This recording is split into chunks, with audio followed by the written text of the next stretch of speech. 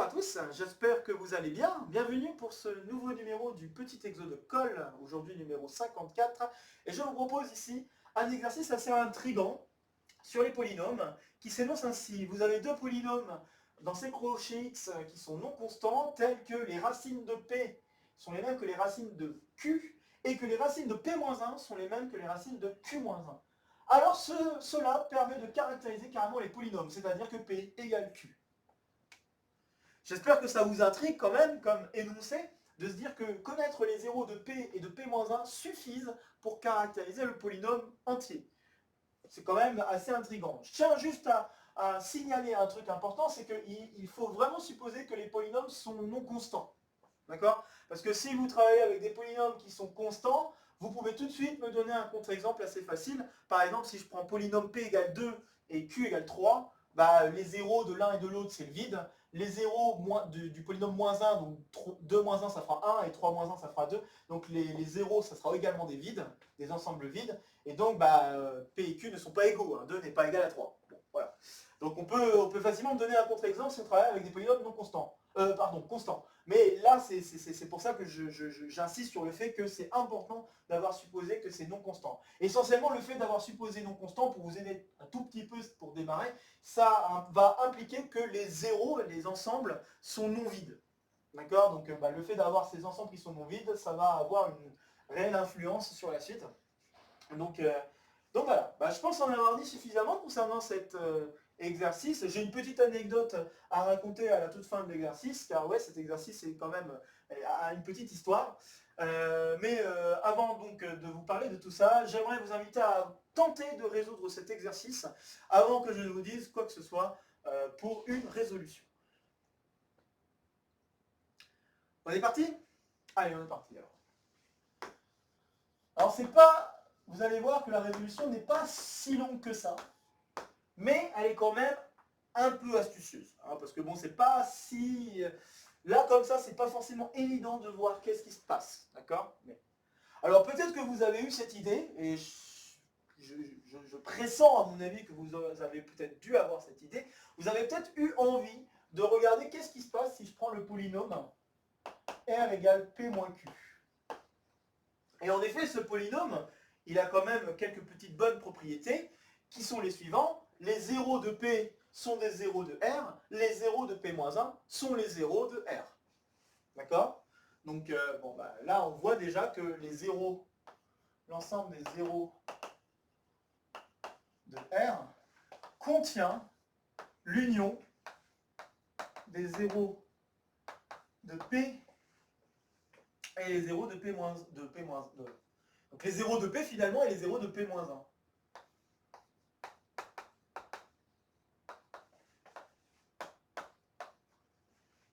Okay, donc c'est déjà quelque chose d'assez intriguant de voir qu'il y a ce genre de choses qui se produit. Bon, très bien. Et après? Alors qu'est-ce qui se passe après? Ce qui se passe, c'est que peut-être vous avez pensé à ça, mais vous n'avez pas su avancer. Parce que le problème, c'est que vous ne connaissez pas les multiplicités des zéros qui sont en jeu. Et vous n'avez pas tort, c'est vrai qu'on n'a pas cette connaissance-là. Par contre, on peut essayer d'amener les multiplicités d'une certaine manière. Alors, on ne va pas le faire n'importe comment. Je vais juste me permettre de dire 2-3 petites choses avant d'avancer. Vous pourriez remarquer très rapidement que les deux ensembles qui sont ici sont d'une part non vides et d'autre part totalement disjoints. D'accord? Donc je vais peut-être dire ça d'abord. Ça, c'était une première information qu'il fallait avoir. La deuxième information qu'il faut avoir, c'est que l'ensemble des zéros de P intersectés avec l'ensemble des zéros de P-1,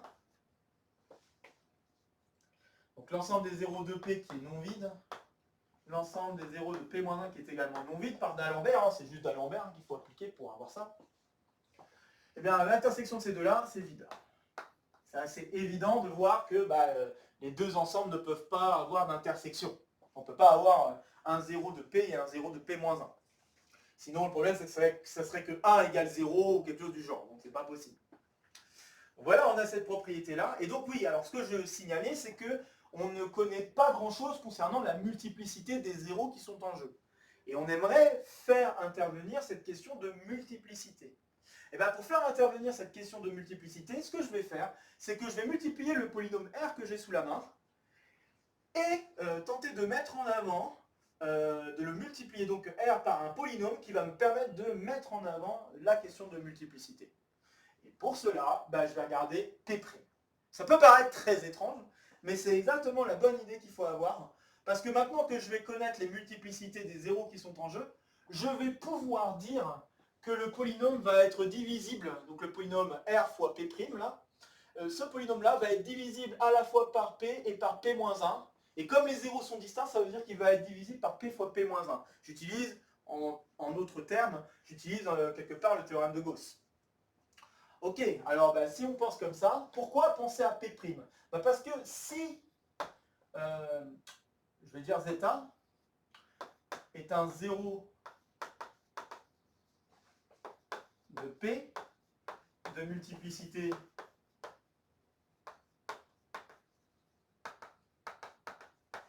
disons M, alors zeta est également un zéro de P', enfin voilà, de P', mais cette fois-ci de multiplicité M-1. Ok, très bien. Alors maintenant que j'ai dit ça, alors d'ailleurs je peux dire le même, enfin je peux faire également le même genre de phrase pour P-1. Hein. Donc si zeta est une racine de P-1, je me permets de l'ajouter en jaune. Donc si zeta est une racine de P-1 de multiplicité M, alors zeta est également un 0 de P' de multiplicité M-1. Qu'est-ce que ça implique? Alors comme je vous ai dit, l'idée c'est de multiplier P' par P-1. Si je fais ça, c'est ça, donc P' fois, pardon, pas P-1, P-Q. Donc si je fais P' fois R, eh bien je me rends compte que zeta, qui est une racine de R, et qui est une racine de multiplicité M-1 pour P', eh bien ça va être une racine de multiplicité M dans P' fois R. Donc je vais écrire ça comme ça. Ça implique que zeta appartient au 0 de P' fois R, et donc de multiplicité au moins, peut-être plus, hein, au moins M. Donc zeta est une racine qui va être de multiplicité au moins M. Et cette implication marche également si j'avais joué avec P'. D'accord? Donc si à la place, avec P-1, pardon. Donc si j'avais mis des racines qui sont de P, ou des racines qui sont de P-1, j'arriverais au même genre de conclusion. Et donc, qu'est-ce que ça veut dire? Ça veut dire que à la fois P et P-1 divisent P' fois R. Donc ça va impliquer que P divise P' fois R. Et P-1, je vais le laisser en jaune. Et P-1 divise également P' fois R. Or, P et P-1, comme on a dit que les racines étaient totalement disjointes, donc l'ensemble des racines étant disjointes, les ensembles des racines étant disjointes, des joints d'ailleurs, pardon, c'est au masculin tout ça, eh bien, je peux appliquer Gauss et dire alors, que P fois P-1 divise P' fois R. Mais là, on a un problème de degré. Hein. Si vous faites très attention à ce que je viens d'écrire, vous vous rendez compte que vous avez d'un côté le degré de 2 fois P, finalement. Hein, comme P est un polynôme non constant, le fait de faire moins 1 ne diminue absolument pas le degré. Hein. Donc là, je me retrouve avec degré de P fois degré de P, donc 2 fois le degré de P. Et bien ça, je me rends compte que c'est supérieur strict au degré de P' plus le degré de R. Or, le degré de R, c'est O+. Donc, j'aurais peut-être dû faire un entre-deux. Or, le degré de R, c'est O+. Donc, P', degré de P', c'est le degré de P moins 1. Et degré de R, le degré de R, l'inégalité est là pour cette raison, c'est que le degré de R, en fait, c'est O plus le degré de P. Voilà. Donc c'est O plus le degré, donc normalement c'est O plus le max des degrés de Q et de P. Bon, c'est vrai que j'aurais pu dire quelque chose entre deux, mais j'aurais pu peut-être dire que le degré j'aurais pu supposer que le degré de P est plus grand que le degré de Q, hein, pour les biens de la cause. Donc là, rien ne m'aurait empêché de faire tout le raisonnement en remplaçant P par Q, et donc j'aurais écrit Q' à la place. Mais si j'avais fait ça, dans ce cas-là, normalement je dois dire que c'est inférieur ou égal au max des 2 degrés. Pardon. Est-ce que je dis une bêtise? Oui, le degré de R est inférieur au max des degrés de P et de Q. Et donc, si je dis que le degré de P est plus grand que le degré de Q, rien ne m'empêche, quitte à l'interchanger le rôle de P et de Q, rien ne m'empêche de supposer que le degré de P est supérieur ou égal au degré de Q. Donc là, je me retrouve avec ça. Et bon, on est d'accord que cette inégalité tient la route. Et donc, on a un polynôme qui doit être plus grand strict, enfin, un degré de polynôme qui est plus grand strict à un autre polynôme et pour un autre degré de polynôme. Et pourtant, on en a un, le polynôme de degré plus grand divise le polynôme de degré plus petit. Bon, ça implique alors que ce polynôme de degré plus petit n'a pas d'autre choix que d'être nul.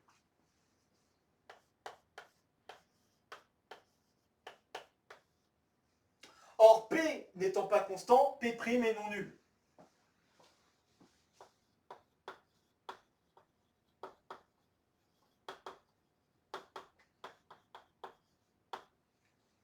P' est non nul. Donc, ça veut dire que R égale 0. Et en effet, ça veut dire que P égale Q. Et voilà qui termine l'exercice. Donc oui, de manière assez surprenante, il fallait... Alors, en effet, je suis assez convaincu, à mon avis, que beaucoup d'entre vous ont pensé à faire P moins Q, mais personne, peut-être, ou très peu de gens, ont pu penser à l'idée de dire oui, d'accord, j'ai les mêmes zéros que pour P et pour P-1, mais qu'en est-il des multiplicités des racines? C'est ça qu'on perd, hein. Il faut se rendre compte que c'est ça qu'on perd comme information, et il faut le retrouver, et une manière de le retrouver, c'est de jouer avec P'.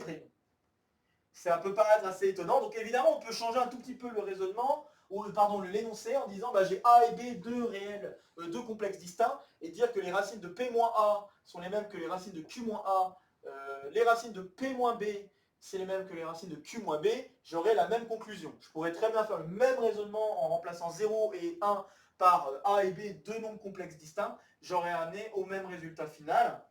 Et vraiment, l'idée, c'était d'essayer de retrouver cette question de multiplicité pour avoir cette divisibilité intrigante.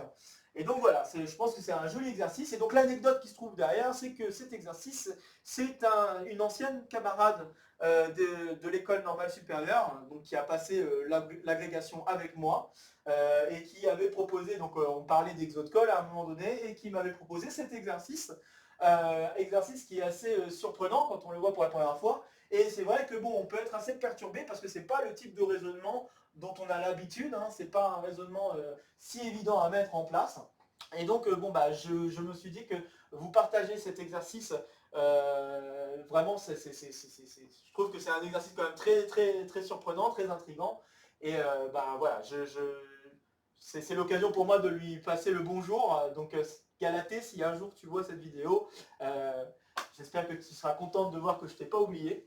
Donc voilà, je pense que j'ai dit tout ce qu'il fallait que je dise concernant cet exercice. J'espère que cet exercice vous a plu, tout comme les deux autres exercices qui sont sortis aujourd'hui. Donc comme d'habitude, n'hésitez pas à partager la vidéo si vous connaissez des camarades qui pourraient être intéressés par la vidéo en elle-même ou voire même le contenu de la chaîne. N'hésitez pas à laisser en commentaire vos retours, vos questions ou autres affaires. Et puis sur ce, je vous retrouve très vite pour de prochaines aventures mathématiques. Portez-vous bien et à très bientôt. Salut à tous!